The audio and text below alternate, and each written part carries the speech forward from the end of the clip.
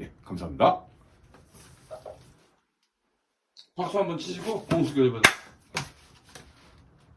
박수 치니까 박수가 나와. 시골놈이.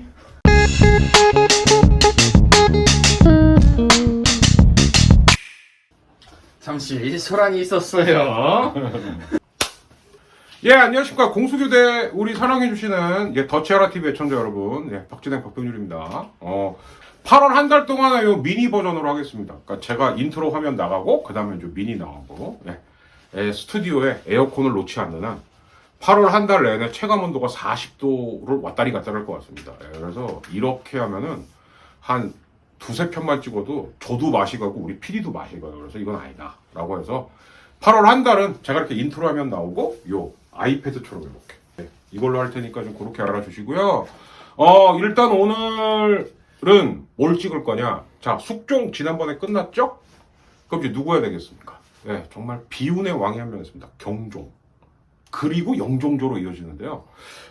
영종조는 우리의 메인 주제인 기득권 및 신분 질서의 변화하고도 굉장히 밀접한 관련이 있고, 또 시험에도 어마어마하게 많이 나오는 두 명의 대표적인 왕이죠.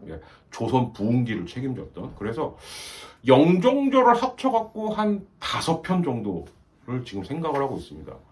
그래서 영종조가 끝나면 이제 그때서부터 조선이 망태긋하는 거기 때문에 그거까지 망태긋한 것까지 마무리를 지은 다음에 이제 그 다음에는 저랑 불PD랑 정해갖고 뭐 주제별로 시험에도 나오지만 주제별로도 알아보는 이런 스페셜 주제 포인트 이런 식으로 이제 가려고 합니다. 그러니까 요거 좀 미리 알아주시고요. 일단 오늘은 경종하고 영조 초창기, 그러니까 영조가 어떻게 즉위했냐. 영조도 쉽게 즉위한 사람 아닙니다, 절대. 그래서 요거 두 개를 오늘은 찍고 다음 주에 뭐 월수 아니면은 수금 이렇게 업로드를 해드리도록 할게요. 자, 그리고 하나 더 8월 10일까지 그 이벤트 당첨되셨던 분들 연락 주셔야 됩니다. 아직 두 분이 연락을 안 주셨어요. 당첨이 됐는데도. 8월 10일 지나서도 연락이 없으면 그거는 눈물을 머금고 무효 처리를 하거나 아니면 추가 응모하신 분에게 그냥 순번이 넘어갈 수밖에 없습니다. 그러니까 꼭 연락 주시기 바라겠습니다. 그때 당첨자 명단은 어디다 설명했냐면요. 저희 더치아라 팟캐스트 7월 정기 녹음 초반부에 제가 언급을 했거든요. 그러니까 못 들으신 분들은 다시 한번 꼭 들어주시기 바라겠습니다. 자, 그러면 여기까지 마치고 공수교대 경종하고 영조 1탄 이제 찍어보도록 하겠습니다. 예, 공수교대입니다. 앞에 제가 이제 인트로 화면은 깔아드렸습니다만은 아무튼 요번 주에는요. 경종 하나 찍고요. 그리고 영조 3개, 정조 2개 이럴 것 같아요. 근데 이제 정조가 3개 될 수도 있습니다. 왜냐면 영종조는 정말 사실상 조선의 후반부의 가장 슈퍼스타 왕들이시죠. 그래서 영종조는 합쳐서 5개, 6개가 될 수 있다는 거 미리 말씀드릴게요. 그래서 이제 오늘은 경종은 이거 하나면 됩니다. 왜? 한 것도 없고 자식도 없고 계속 골골골골골 앓다가 죽었어요. 그게 답니다. 그러니까 경종은 이거 하나만 끝나고요. 그리고 이제 영조 1탄. 영조도 즉위 절대 쉽게 한 왕 아닙니다. 그래서 이제 영조가 어떻게 즉위를 했고 어떤 의혹에 시달렸고 그러다 보니까 나중에 어떤 비극을 낳게 되었는가. 뭐 이제 이런 것까지는 이번 주에 한번 다뤄봐 드리도록 하겠습니다. 자, 경종. 장희빈의 아들이죠. 벌써 여기서부터가 뭔가 에라죠, 에라. 왜? 장희빈이 중전을 유지했거나 생존을 했어야 되는데 아무튼 사약 먹고 죽었습니다. 그러면 이 아들은 아무리 세자냐 세자 하랩이라도 신하들이 대접을 해줄래야 해줄 수가 없는 겁니다. 특히 어떤 애들? 서인은 이미 세자 취급 안 했어요.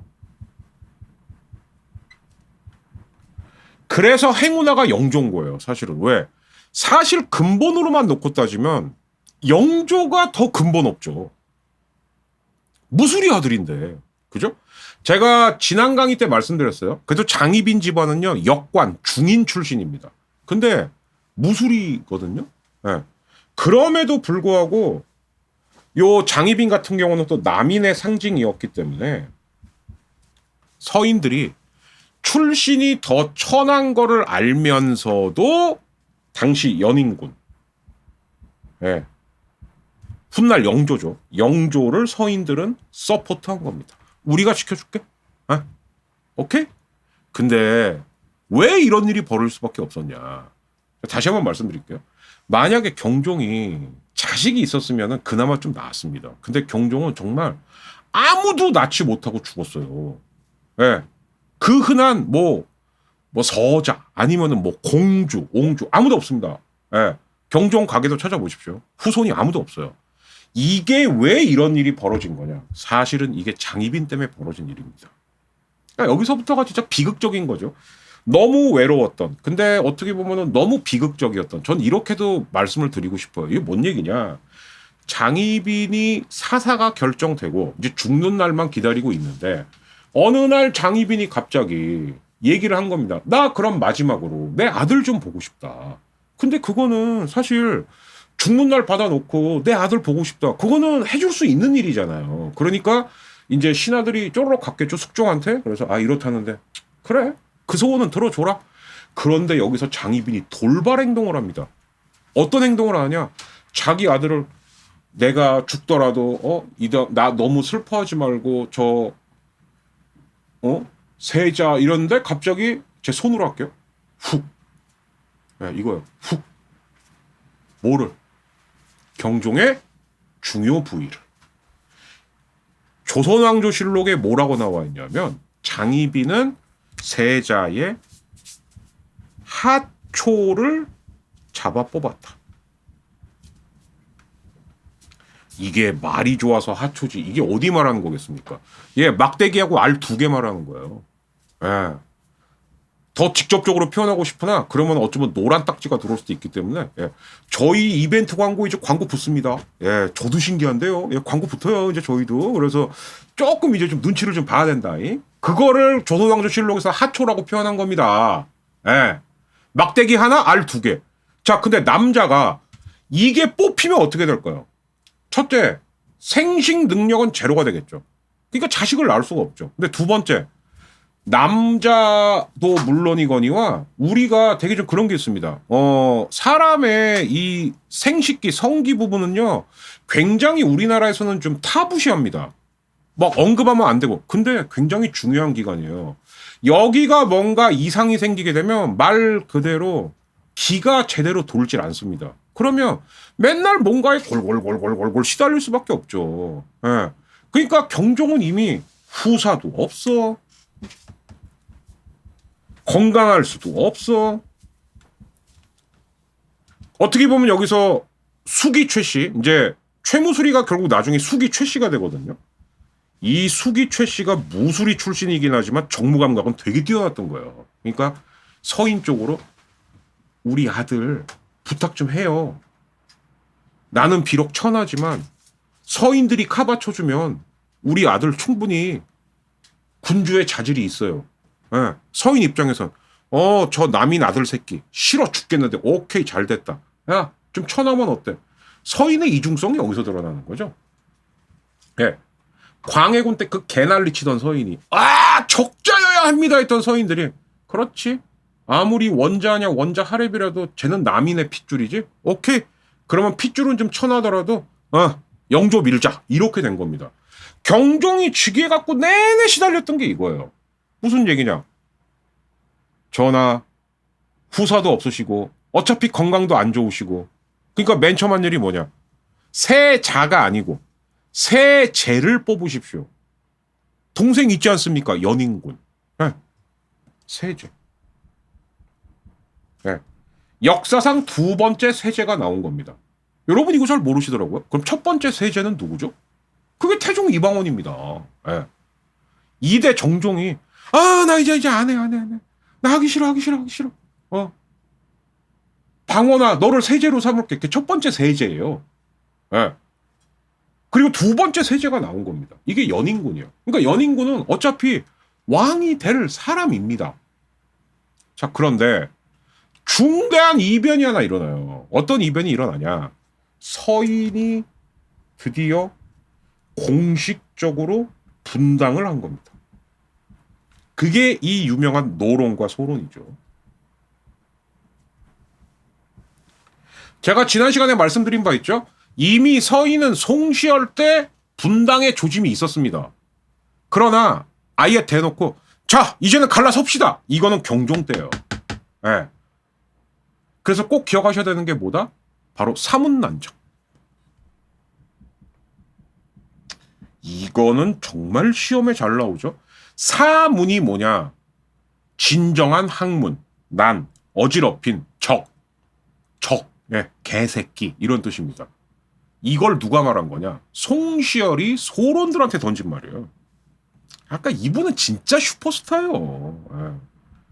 그리고 이제 제가 페이스북에다가 이 송시열 편을 올렸더니 저희 이제 또 그 애청자께서 아 송시열이 그 사약 세 사발 먹고도 안 죽어갖고 당황시켰다는 그 맞습니다. 심지어 체력도 좋아. 사약 세 사발을 먹고도 멀쩡했다니까요. 그래서 네 사발째 드시고 가셨죠. 예. 그래서 소주 같은 거 원샷으로 3번 이상 하시면 안 돼요. 예. 4번 하면 죽어요 송시열도. 예. 아무튼 그런 일화까지 있습니다. 근데 경종이 딱 즉위하고 나니까 서인이 본격적으로 분당을 한 거예요. 그럼 왜 노론 소론으로 갈렸을까요? 물론 이 붕당에는 보면은 결국은 뭐냐 다 집안, 가문, 세력 이런 게 있습니다만 공식적인 이유는 뭐냐면 여기 이쪽이 상대적으로 좀 젊었던 거예요. 영수들이 이쪽 여긴 상대적으로 좀 올드한 세대였고 자 이에 성리학에다가 요즘 양명학이나 고증학 같은 즉 그러니까 중국의 신유학이 유행한다는데 예. 이걸 좀 결합시켜 봅시다 라고 말했던 쪽이 아무래도 젊은 피 소론. 근데 노론은 뭐라 그랬냐 야 오직 이 성리학이면 다 돼. 어디서 잡탕을 끼어들여? 이게 노론. 근데 노론이 유리할 수밖에 없어. 왜 노겠습니까? 왜? 나이 먹었잖아요. 그럼 나이 먹었으면 당연히 뭐죠? 고위직, 알짜배기직은 얘네가 다 차지하고 있는 거예요. 그러니까 노론하고 소론하고 붙어봐 사실 게임이 안 되죠. 예. 근데 어떤 일이 생겼냐. 소론이 경종 치세 4년 동안 짧게나마 집권을 할 수 있었던 찬스를 잡아요. 이게 뭔 얘기냐면 숙종이 죽기 전에 시험엔 안 나옵니다만 사람 이름만 기억하세요. 이명이라는 노론의 당시 4대 천왕 중에 한 명을 불러요. 그래서 뭐라 그러냐. 숙종이 일종의 비밀 지령을 내립니다. 아무래도 세자 갈아야겠어. 특히 지금 세자 지 엄마한테 오늘은 이걸 많이 하네요. 이거 된 다음서부터 얘는 안 되겠어. 이걸 한 거예요. 근데 그러고 나서 숙종이 죽어요. 그러니까 경종이 즉위한 거예요. 그런데 세상에 비밀이 어디 있습니까? 이게 소론들한테 입수가 된 겁니다. 자, 그러면 이건 해석하기에 따라서 뭐가 되죠?